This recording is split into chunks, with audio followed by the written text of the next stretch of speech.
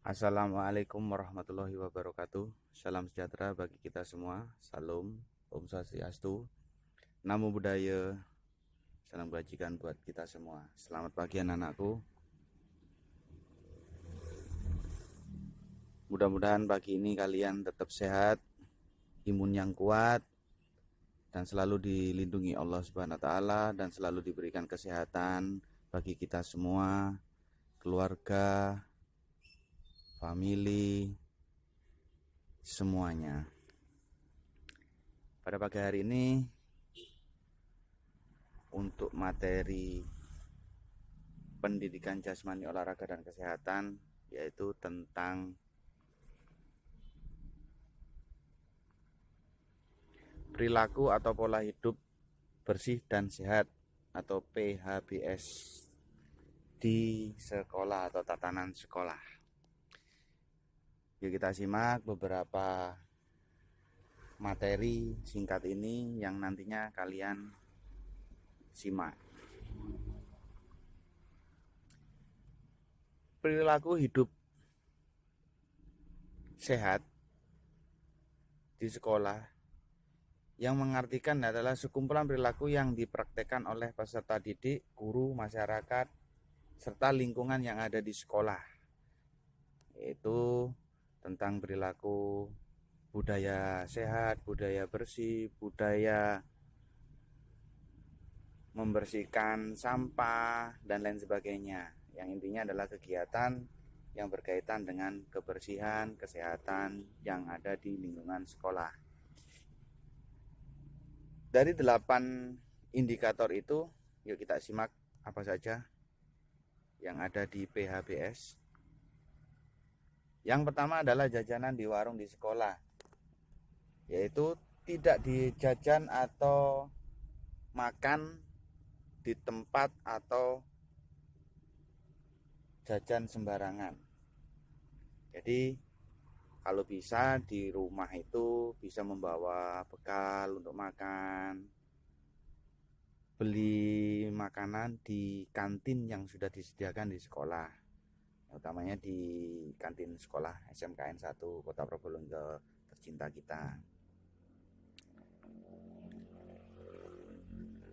Yang kedua, mencuci tangan dengan air sabun bersih yang mengalir dan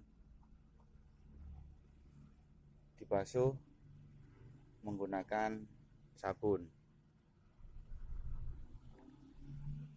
Ada beberapa permasalahan di sini yang dianggap biasanya mempermudah atau menggampangkan sesuatu.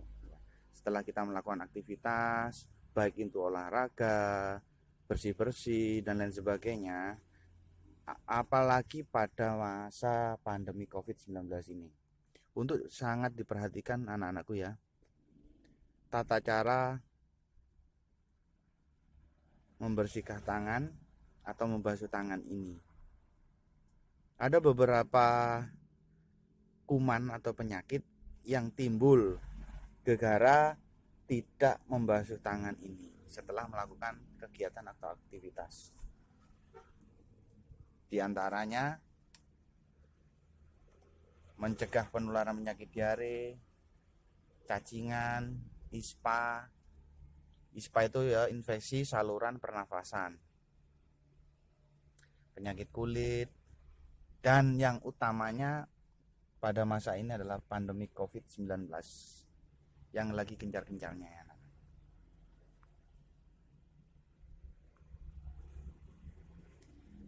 Berikut ada 5 hal yang harus kalian ketahui di masa pandemi COVID-19 ini yang tadinya sudah Bapak sampaikan ya. Apa itu sih COVID-19? COVID-19 adalah penyakit akibat sesuatu coronavirus baru yang sebelumnya tidak terinfeksi pada manusia. Coronavirus adalah suatu kelompok virus yang ditemukan oleh hewan dan manusia. Ini sejarah singkatnya ya COVID ya. Ini referensinya mengacu pada WHO. Ya. Apa saja gejala COVID-19? Pada umumnya COVID-19 menyebabkan gejala ringan Ya, jadi kalian itu apabila ada gejala ringan yang seperti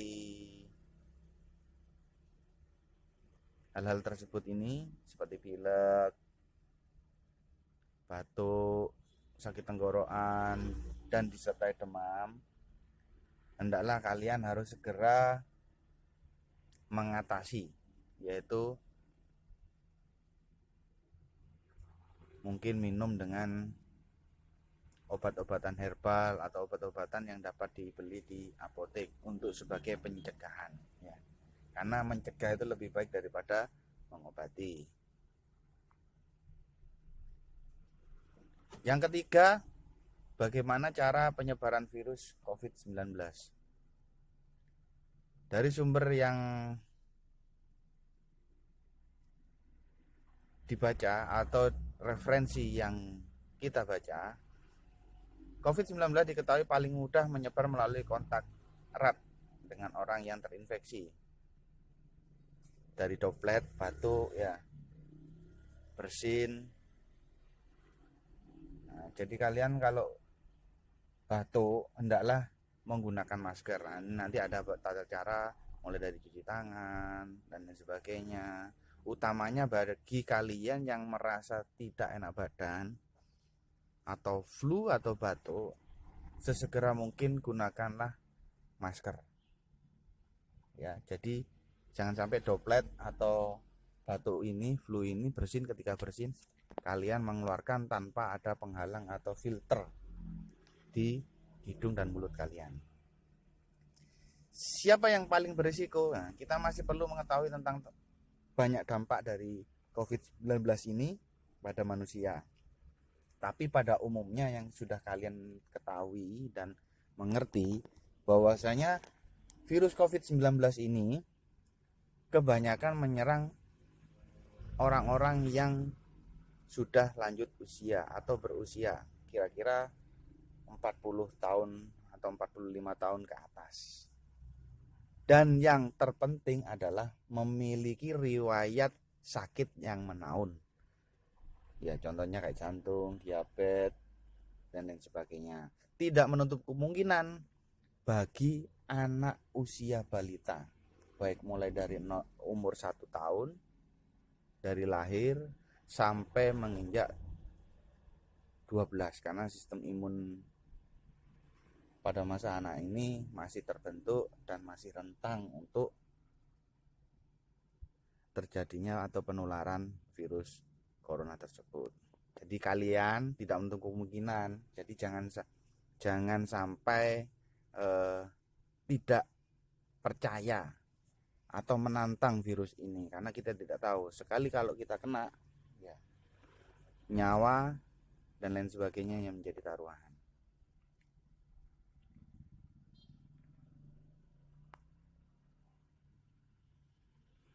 Apa sih pengobatan untuk COVID-19? Sampai saat ini, detik ini, virus corona ini masih belum tahu dan masih ditangani oleh para pakar ahli dalam bidangnya. Jadi untuk lebih baiknya kalian itu adalah mencegah, ya. Dan caranya dengan apa? Yaitu tadi, apabila kalian flu, batuk, pilek, sesegera mungkin menggunakan masker dan mengobati secara ringan, ya, seperti itu. 5 hal yang untuk dilakukan, ya, apa yang disampaikan tadi sama Pak Wisnu tentang hal yang perlu diketahui, dari 5 hal yang perlu diketahui dan 5 hal yang harus dilakukan. Yang pertama adalah sering mencuci tangan. Nah, apa yang tadi di 8 faktor tadi, salah satunya di poin kedua, mencuci tangan, ya. Mencuci tangan dengan air bersih yang mengalir, kemudian dibasuh dengan atau dikasih sabun, ya, seperti itu. Dan yang lagi ngetren lagi adalah HS atau hand sanitizer.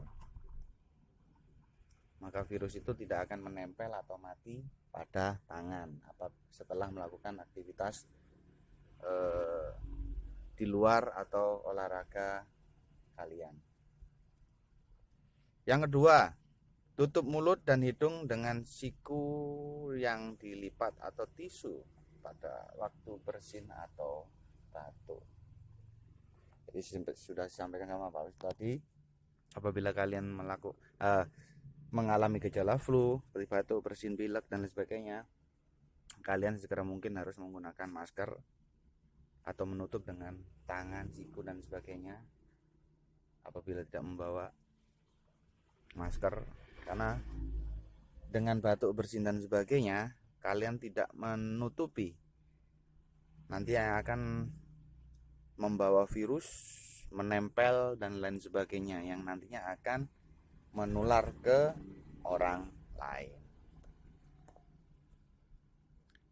Yang ketiga, jika memungkinkan jaga jarak 1 meter minimal ya. Jadi kalian harus jaga jarak, baik itu sehat maupun sakit tetap jaga jarak. Yang keempat, jangan sentuh mata, hidung dan mulut. Nah, selama masih belum mencuci tangan,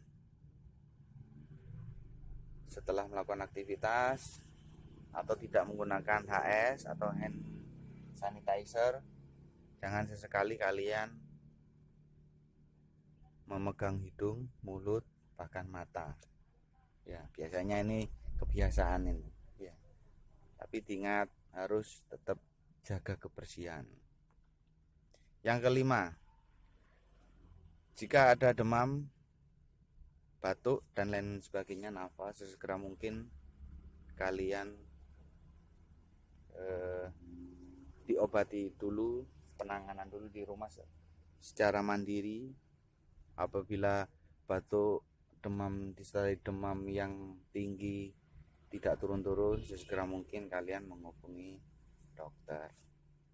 Itu hal-hal yang dilakukan dan hal yang harus diperhatikan pada masa pandemi COVID-19 ini. Nah, ini adalah tata cara melakukan cuci tangan.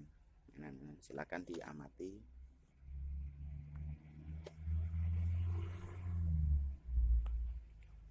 Yang ketiga, dari 8 faktor tadi, indikator yang harus dipahami, buang air kecil dan buang air besar di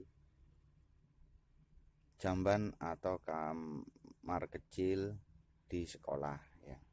Jadi di sekolah itu silakan dirawat. Biasanya anak-anak ini habis buang air kecil kadang lupa menyiram ya. Di situ biasanya sudah ada anak-anak tuh. Jadi ada slogan atau kata-kata di situ ya. Ini Pak Wisnu pernah melihat ada satu tulisan yang sangat menarik bagi Pak Wisnu. Tapi memang adalah edukasi atau mendidik ya. Siram, buang, siram. Jadi ada slogan di situ seperti itu ya. Dan selalu menjaga kebersihan toilet atau kamar mandi baik di sekolah maupun di rumah. Itu ya. Indikator yang keempat yaitu mengikuti kegiatan olahraga di sekolah, baik di rumah juga. Ya, untuk selama pandemi Covid ini, karena kalian ada di rumah, stay at home, social distancingnya tetap terjaga, dan selalu makan makanan yang bergizi. Kalau bisa 4 sehat 5 sempurna. Ya, olahraga ringan. Yang penting itu keringat sudah keluar anak-anakku ya. Jadi toksin ya, racun dalam tubuh itu dikeluarkan melalui keringat. Jadi kalian kalau melakukan aktivitas olahraga, kalau sudah berkeringat, itu adalah tandanya toksin yang ada dalam tubuh kalian itu sudah terbuang. Jadi olahragalah secukupnya, makanan yang bergizi, dan istirahat yang cukupnya. Indikator yang kelima, nah ini, selalu menguras kamar mandi, menguras air dalam bak, kolam dan lain sebagainya yang menggenang ya. Jadi ingat 3M, menguras, menutup dan mengubur. Nah, ini salah satunya. Ini di sekolah kita masih banyak nih contoh-contohnya. Biasanya kalian sudah makan, beli-beli di kantin, plastiknya ditaruh di laci sekolah, botol minuman, kaleng dan sebagainya tetap di kelas. Ini akan menimbulkan permasalahan ya. Jadi seperti nyamuk, tidak menutup kemungkinan bisa nanti binatang lainnya yang sangat membahayakan. Utamanya ini nyamuk. Nyamuk ini bisa menyerang kalian setiap saat. Ingat, nyamuk, demam berdarah, dan nyamuk malaria dan lain sebagainya itu suka di tempat yang bersih, apalagi kotor ya. Jadi alangkah baiknya kita tetap menjaga kebersihan baik diri kita sendiri maupun lingkungan, utamanya di sekolah dan di kelas kalian ya. Yang biasanya itu yang makan itu diperhatikan itu ya. Jadi kalau habis sudah makan atau menggunakan plastik, kaleng dan sebagainya, hendaklah kalian buang pada tempatnya, yaitu tempat sampah yang sudah tersedia. Ya, yang tadi yang sudah dijabarkan atau disampaikan oleh Pak Wisnu tadi, 3M itu tadi ya. Jika kalau di rumah ada bak kamar mandi ya silakan dikuras, disikat ya, sebersih mungkin. Biasanya tuh ada jentik atau telur dari lalat atau apa itu namanya, nyamuk demam berdarah dan nyamuk yang lainnya menempel pada dinding-dinding kamar mandi. Sampah yang tidak bisa didaur ulang seperti kaleng, plastik dan sebagainya hendaklah ditutup atau nantinya akan dikubur supaya tidak terjadi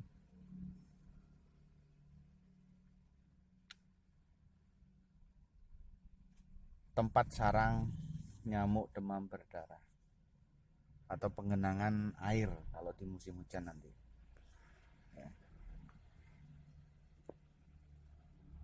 Yang keenam indikatornya adalah merokok. Nah, ini bagi cowok-cowok, tidak menutup kemungkinan cewek ini. Biasanya kalau sudah new normal nanti sekolah ya, ini perlu diperhatikan lagi nih, jangan sampai di sekolah ya, nanti kena bisa poin nanti ya, seperti itu. Yang ketujuh, menimbang berat badan, mengukur badan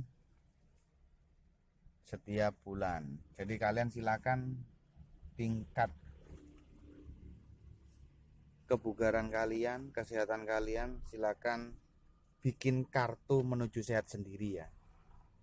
Jadi ditimbang, oh bulan ini katakanlah si A menimbang badan, berat badannya 50, tinggi badannya 150 ya. Bulan berikutnya berat badan si A 52, tinggi badannya 51 ya. Seperti itu berarti ada peningkatan. Kalau ada penurunan Pak, bagaimana Pak? Ya silakan nanti dilihat di buku, tetap dicatat. Nah nanti ada grafik di situ. Selama grafik itu naik stabil dan tetap, itu dikatakan kebugaran atau kesehatan pada diri kalian adalah tetap terjaga. Nah apabila ada penurunan di berat badan, dilihat mungkin biasanya puasa, diet dan sebagainya. Ingat, biasanya nah perempuan ini diet, lakukan diet secara sehat ya, bukan berarti diet tidak makan loh ya, apalagi diet biasanya takut gemuk Pak dan lain sebagainya ya, jangan sampai. Apalagi pada masa pandemi COVID ini tetap dijaga imun, utamanya di kota Probolinggo ini musimnya angin ya, rentang sekali untuk sakit, masuk angin dan lain sebagainya. Indikator yang ke-8 nah tadi itu yang disampaikan Pak Wisnu, jangan sesekali kalian dari kantin membawa makanan lalu ditaruh di bangku sekolah, di kursi sekolah, di meja sekolah ya.